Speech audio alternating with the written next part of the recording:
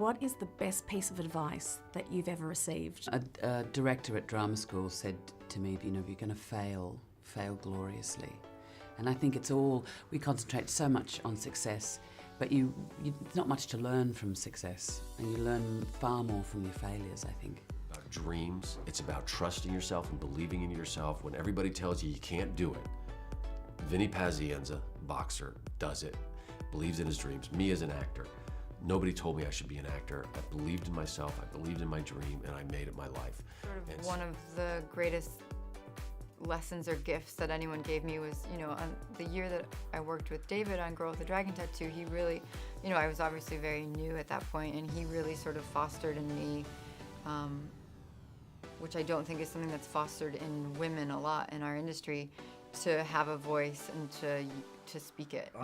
My best piece of advice was from my dad when I first started doing films without him chaperoning me on set all the time, and he just said, there'll always be somebody being waited for on a film set, try and make sure it's never you, and if you do that, you'll rarely be anyone's problem, which is great. Brilliant piece of advice. Yeah. But, before I'd heard that, probably something my wife said to me was just like, the best piece of advice you could ever use in any single situation in life that can apply to you everywhere is to make sure you turn up. Just turn up. You can kind of apply that to anything. Yeah.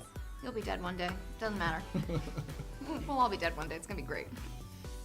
That's pretty good. That was that moment for me right there. We just saw it. Now I'm gonna take that and use that to get me through.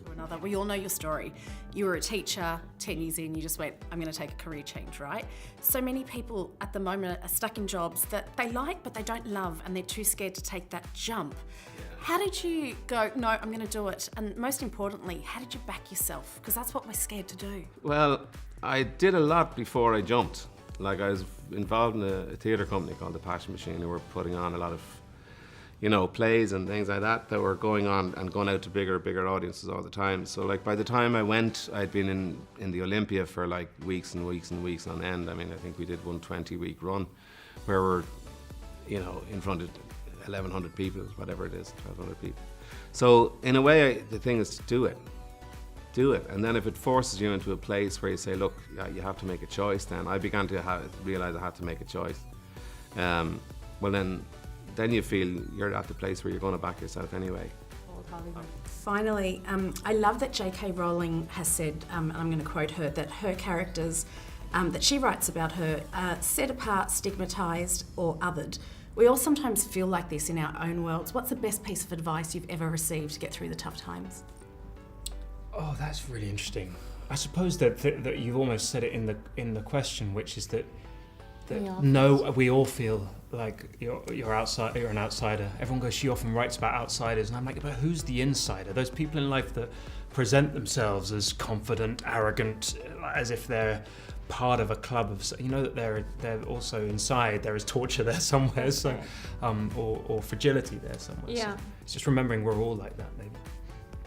Yeah. I feel like it's the things that I've always the sort of advice that I've always been attracted to are the things that kind of give you the courage to get through those moments where you feel the most chicken.